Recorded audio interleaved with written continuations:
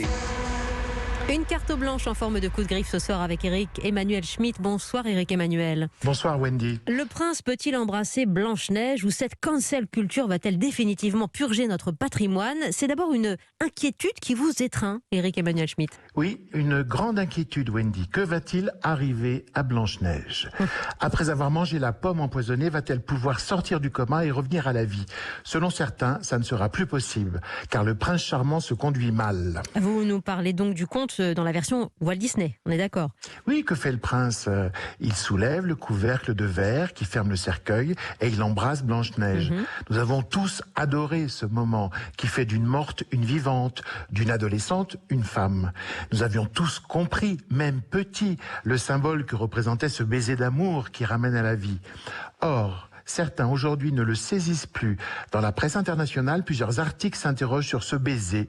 J'ai cru qu'on allait fustiger la nécrophilie du prince. Non, raté. On condamne un baiser pris sans consentement. Le prince n'est plus un prince charmant, c'est un prince abuseur. Avec un discours moral et une remarque qui appartient au mouvement de cette cancel culture américaine que j'évoquais et qui vise à revisiter certains récits pour dénoncer, Éric Emmanuel Schmitt, leurs clichés racistes, colonialistes ou machistes en l'espèce. Oui, eh bien c'est ce qu'on a voulu nous faire croire, Wendy. Des individus ont monté l'affaire de toutes pièces. Une polémique autour d'un baiser volé, alors que le point de départ demeure un article californien très élogieux sur les nouvelles attractions du parc Disney. Personne n'a jamais sérieusement remis en question ce baiser, mais certains l'ont prétendu. Mais dans quel but, au fond? Disqualifier le féminisme en lui attribuant cette remarque idiote. Déconsidérer toute interrogation sur notre héritage, Oui. rendre le droit d'inventaire ridicule en le caricaturant.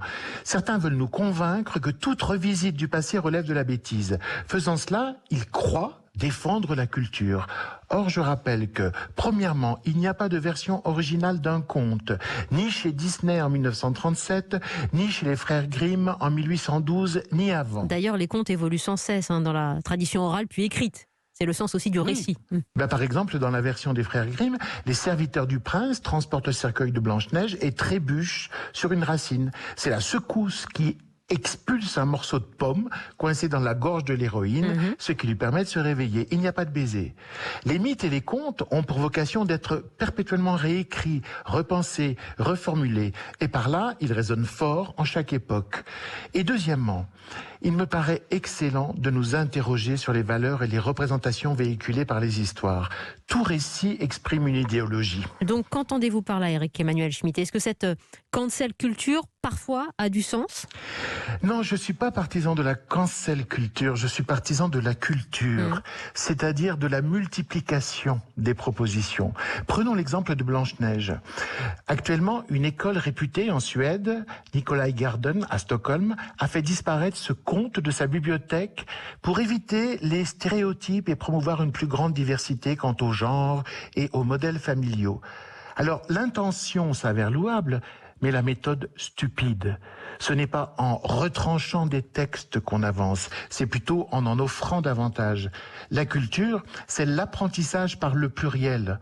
On n'est pas cultivé si on a lu un livre, mais après en avoir lu beaucoup. Oui. Bref, en culture, on ne cancelle pas, tout au contraire, on fournit, on multiplie. Ainsi se forme l'esprit critique.